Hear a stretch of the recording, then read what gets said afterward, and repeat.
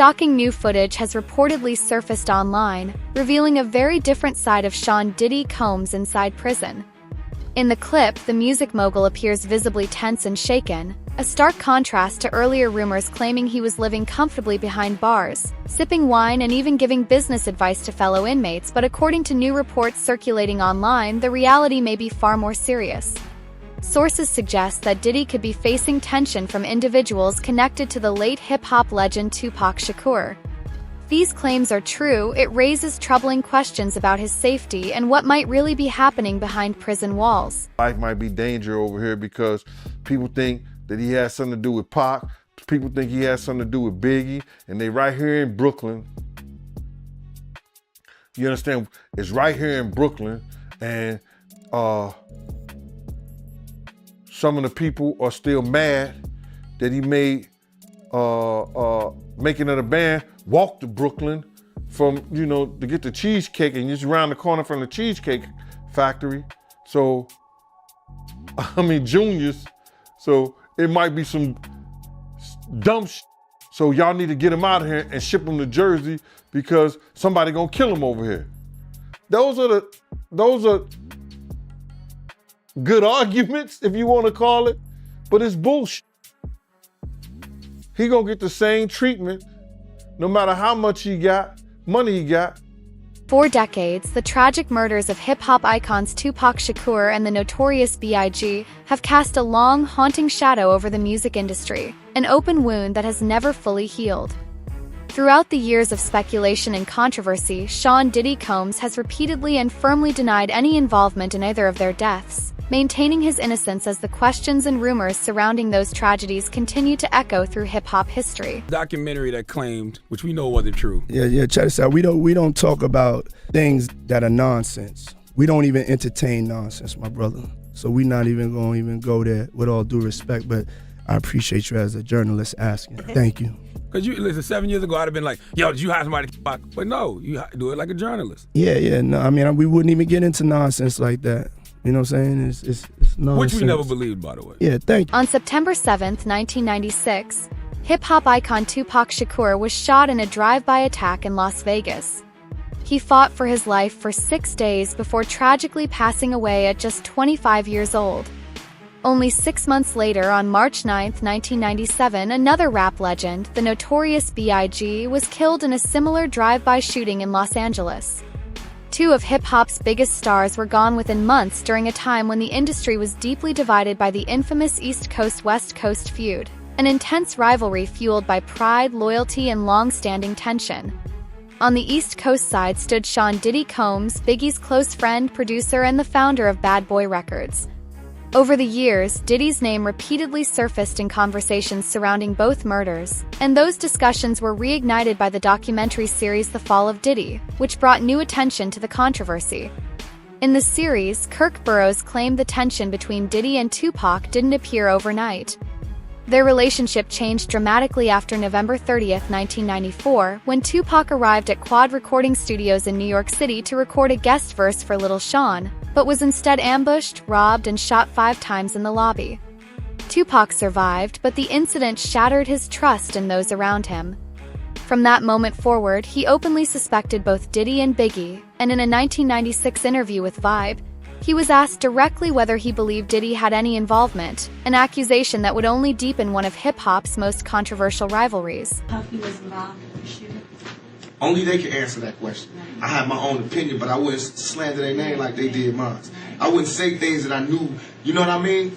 I believe so. I do believe so. I have proved things that I can say that will back up my claim, but this is not for the world to know about. You know what I mean? It's between me and him, and only he knows. So every time he say it didn't happen, or that's the only thing that makes this become an issue to everybody. Because you seen what I said in the Vibe article. I basically bowed out and was going to go ahead about my life. The next issue, that wasn't even the next issue, because them cowards waited about 4 issues before they got their story together. 4 issues later, half of New Yorkers commenting on me getting shot. And before, they was all like, we didn't see nothing. In the first issue, read it, Vibe viewers. Nobody seen shit.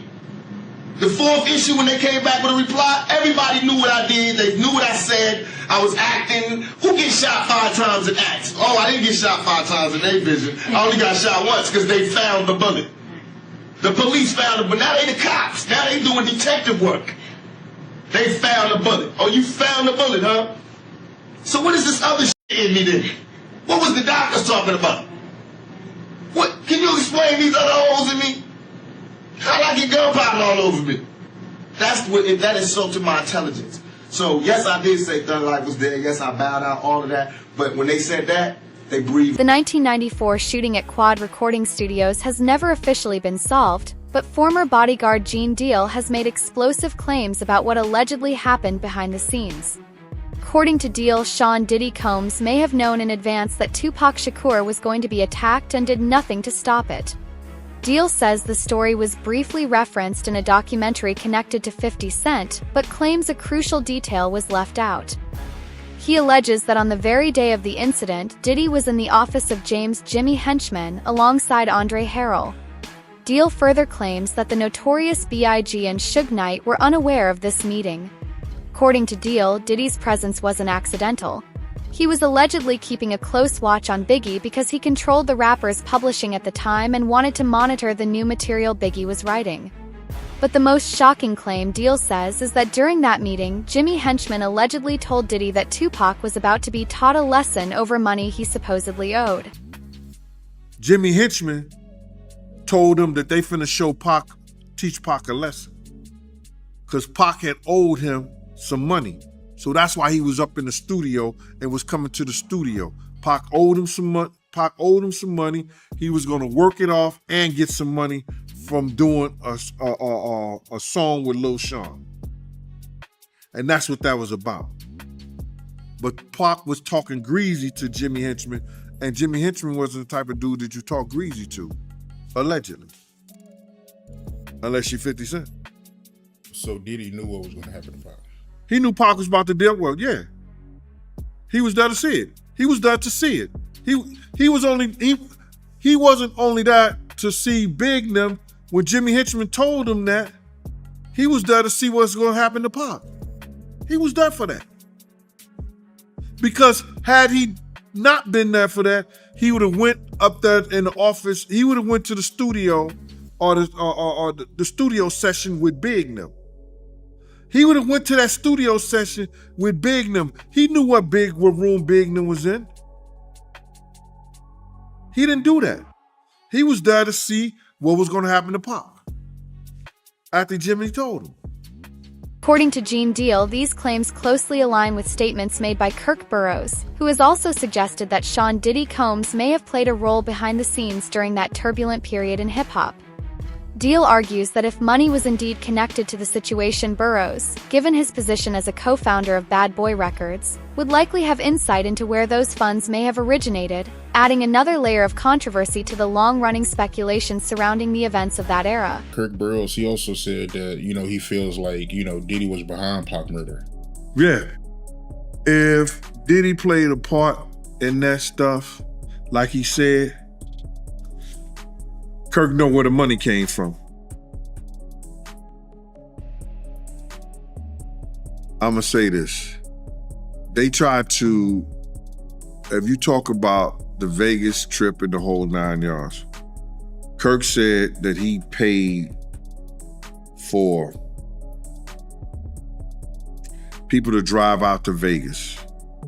You know what I'm saying? He said he paid for people to drive out of Vegas. I was heavily with Bad Boy at that time. I don't remember that part of it. You understand? I don't remember that part of it. But if Kirk knew and he was paying for people to drive out to Vegas in the whole 9 yards, it's hard to hide $1 million, brother.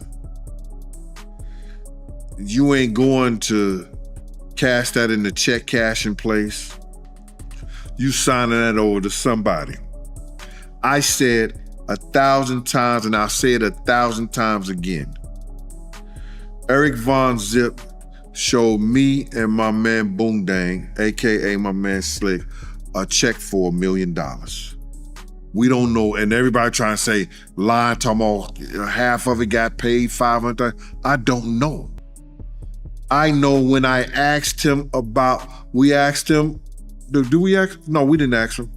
I know when he showed us a check and he walked away after he showed us the check for the $1 million. Even though many of the people tied to the early events are no longer alive, Gene Deal argues that one thing still remains: the money trail. According to Deal, financial records, checks, and transactions never disappear, and if the full truth is ever uncovered, he believes it could be hidden within those documents. Nearly 2 years after the Quad Studios incident, tragedy struck again when Tupac Shakur was fatally shot in Las Vegas in 1996, a case that remained unsolved for decades and fueled endless speculation across the hip-hop world. Then, in September 2023, a major breakthrough occurred when Dwayne Keefe D. Davis was arrested and charged with murder, with prosecutors alleging he played a key role in the attack. Controversy deepened in July 2024 when court filings revealed a previously undisclosed 2009 police interview in which Davis allegedly described his involvement and repeatedly mentioned Sean Diddy Combs, claiming Combs had ordered the hit, an accusation Diddy has long denied. According to those reports, Davis also referenced earlier statements to federal investigators, including interviews cited by the Drug Enforcement Administration and the United States Department of Justice, in which he claimed a $1 million bounty had allegedly been discussed targeting Tupac and Suge Knight, claims that remain heavily disputed and part of an ongoing legal and historical debate surrounding one of hip-hop's most infamous mysteries. Diddy's claim was an informant in 1997 who told investigators that Puffy had hired the Southside Crips to kill both Suge and Tupac, and that the Crip who was jumped at the MGM was in the group that had done the hit, and that they originally were going to do it at Suge's Vegas nightclub, but then decided to do it right away instead of waiting. This was exactly the same story that Keefe D. told us a decade later. Very few people know that immediately after Tupac is shot and that white Cadillac is fleeing, one of the death row entourage, a guy named Alton McDonald, known as Buntry, chases after the Cadillac, and a second shooting takes place between the two vehicles. Alton McDonald's car is struck. In fact, within the Las Vegas murder files, there's a document that indicates that Alton McDonald's car had been struck by a bullet that night. Yeah, and he even said that, like, in retrospect, that was probably the best thing that could have ever happened to Puffy. By Zip stealing the money, now Puffy isn't connected to that shit. Or else it would have been like a hire or something, you know what I'm saying? The FBI said it was just Zip. So the FBI told you the said he same was thing. a dirty motherfucker. So the FBI told you that Zip kept that money as well. They said Zip's a dirty motherfucker. Everybody crossed you. You the last one to know every fucking thing. Even lawyers, your friends, everybody can cross. Despite the accusations and speculation, Sean Diddy Combs has consistently denied any involvement. In July 2024, the Las Vegas Metropolitan Police Department publicly stated that Combs has never been considered a suspect in the murder investigation of Tupac Shakur. To this day, Diddy has never been charged in connection with the case. Meanwhile, Dwayne Keefe D. Davis has pleaded not guilty and remains in custody as his trial continues to face delays. But even after Tupac's death, the tension between coasts didn't disappear. According to individuals close to the situation, Diddy and members of his East Coast circle were warned that traveling to the West Coast could be dangerous. Despite those warnings, Combs moved ahead with plans to promote the upcoming album from the Notorious B.I.G. Reports suggest that Biggie himself was hesitant about making the trip, but according to claims by Kirk Burroughs in the documentary The Fall of Diddy, Diddy ultimately persuaded him to move forward with the promotional appearances. I seen an interview that Puffy did with Fat Joe where he was talking about Biggie in his last moments in LA, and he told Fat Joe that he didn't want to go to LA, he actually wanted to go to London. But Biggie, he was the one that wanted to go to LA, and he was the one that was pushing to go to LA. That's not true. My name is Kirk Burroughs. I ran Bad Boy Entertainment. I helped co-found it. I created the company with him. I raised from general manager to president. And at that time, I put all of those business plans together. And Biggie didn't want to go to LA, ended up going. What got him out there was a week ahead of time to ease him into the whole award show. He may not have wanted to go to London, but was talked into it. First time ever a rapper of your stature getting this treatment, that would be something he would be interested in doing, but he was easily talked out of it by Sean so that they can make an appearance at an event in LA that Saturday night. A part of the posturing of not only did we come to the award show, not only am I recording my album out here, and Big is gonna help me with some of the writing and maybe do something out here where me and him did this song in LA. I'm out on the town. And it was just too— According to Gene Deal, these claims are further supported by comments from Clark Kent, a close associate of the Notorious B.I.G. who worked within the industry at the time. Kent later revealed that he questioned why Biggie was even planning to go out that night, since the rapper was supposed to be preparing for travel rather than attending parties. When Kent asked about the plans, Biggie reportedly told him that the event at the Peterson Automotive Museum in Los Angeles had been arranged by Sean Diddy Combs and another associate. Deal later said he only became aware of this detail after Kent publicly discussed it years later, adding yet another layer of mystery to the circumstances surrounding that night. Going out to no party, no clubs, and no hip-hop scene. They wasn't doing none of that, brother. But that one particular night they go out, and it was because of Puff and D-Rock. Clark Kent said that shit himself. I've been saying it for years, but everybody was saying, I'm capping. Nah. What do you call Clark Kent? Is he capping? He's a vice president of a record company. You understand what I'm saying? He was DJing for Big. Is he capping? All these people should smack themselves, brother. Because what happened is, when people hear the truth, they can't believe it. Why? They can't understand it. But it happened. We couldn't have done nothing because it was no we. It was no we out there. Big had a security, Paul offered, Reggie Bullock. Puff had me and Kenny. We was down 6 to 8 other men. And it's 23 people in the entourage. And none of them got no guns. You don't go Cali empty-handed.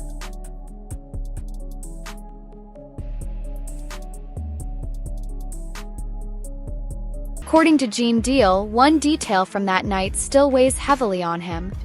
Deal says he repeatedly pushed for stronger security before they went out, sensing the potential danger surrounding the situation.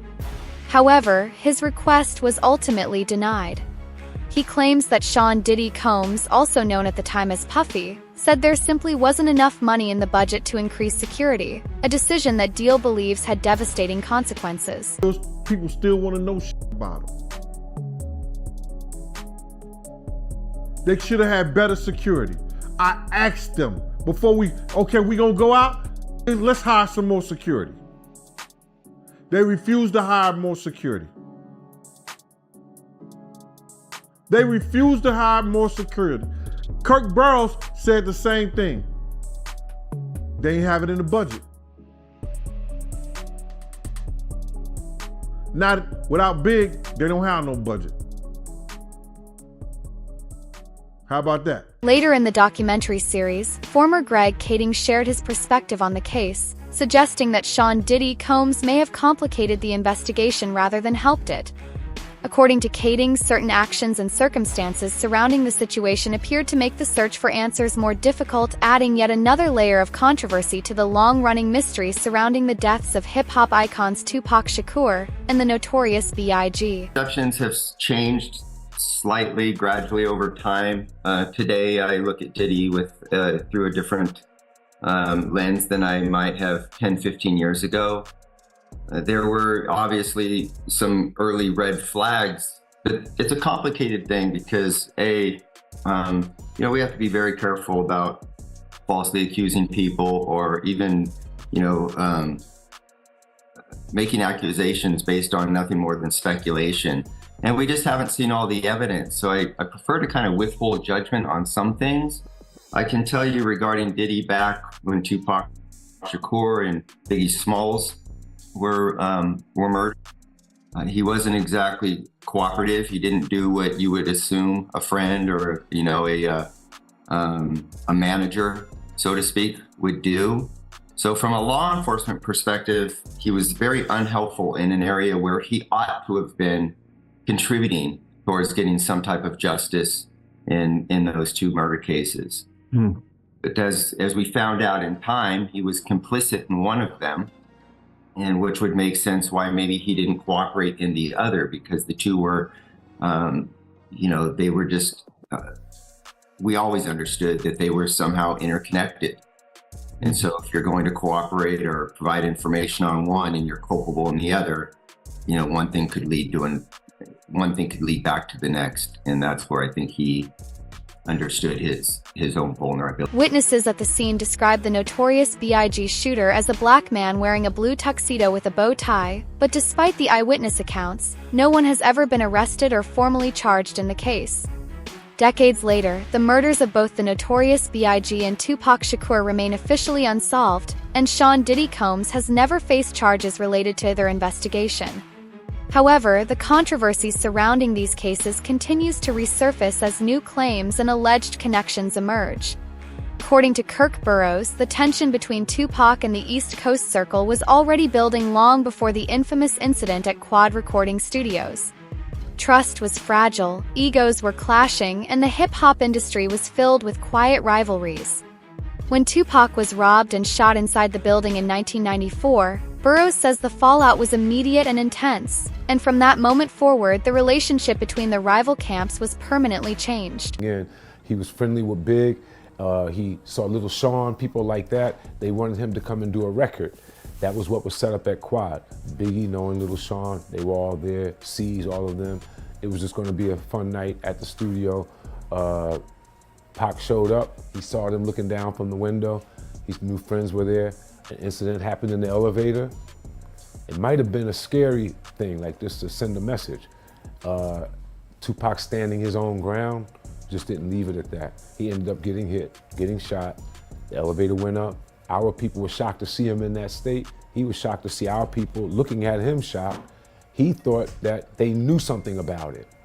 He thought if he was in New York and he was with all the rappers from the East, they must have known what was going to happen. It had to be in the wind, and situations aren't laid out like that. And it was the furthest thing from the truth, but he held that to his heart. And then he went away. A few other things happened, got better, got repaired, went away, went to jail on the rape charge. Once that came down on him, it looked as if the East Coast must have been the worst thing and the worst place for him to have come to. And it looks as if the friends that he had just turned their backs on him. Suge stepped in. Suge stepped in. And when Suge stepped in, he signed him. He signed him to a napkin at Clinton. And that letter that he sent through Wendy Day, she was definitely a person that was connected and a mediator between most everyone in the hip hop game and had been for a minute, legendary person. She delivered the letter to my office. It started with West Side Up. So it gave an indication of rumblings that we heard in the street with him being shined by Suge was definitely true. He's going to go west when he comes back, and he has an issue with us. According to Kirk Burroughs, Tupac Shakur once warned him that the conflict had moved far beyond music. In a chilling message, Tupac reportedly made it clear that he believed the situation had escalated into an all-out war with Sean Diddy Combs, then known as Puffy, and the notorious B.I.G. Burroughs recalled that Tupac's words carried no hesitation and left no room for misunderstanding. In Tupac's mind, the shooting at Quad Recording Studios had changed everything, permanently transforming a musical rivalry into something far more serious. The name of Wendy Day, very important woman in the hip-hop world. I think she helped Baby and those guys with Cash Money label, setting that up. She's very influential and instrumental in a lot of success. When I started in the music business, I reached out to her. She had a company called Rap Coalition. She went back and helped rappers from a previous generation get their money straight, their royalties. With that being said, I was like, she's someone I want to know. In knowing her, I had the good fortune of when she was dealing with Tupac during his crises on the East Coast, she went to visit him at Clinton. He wrote a letter, drafted it, so that she can bring it to me at the office so that I could know and be able to relate to Sean where we were with him. And the letter, if I remember, it said,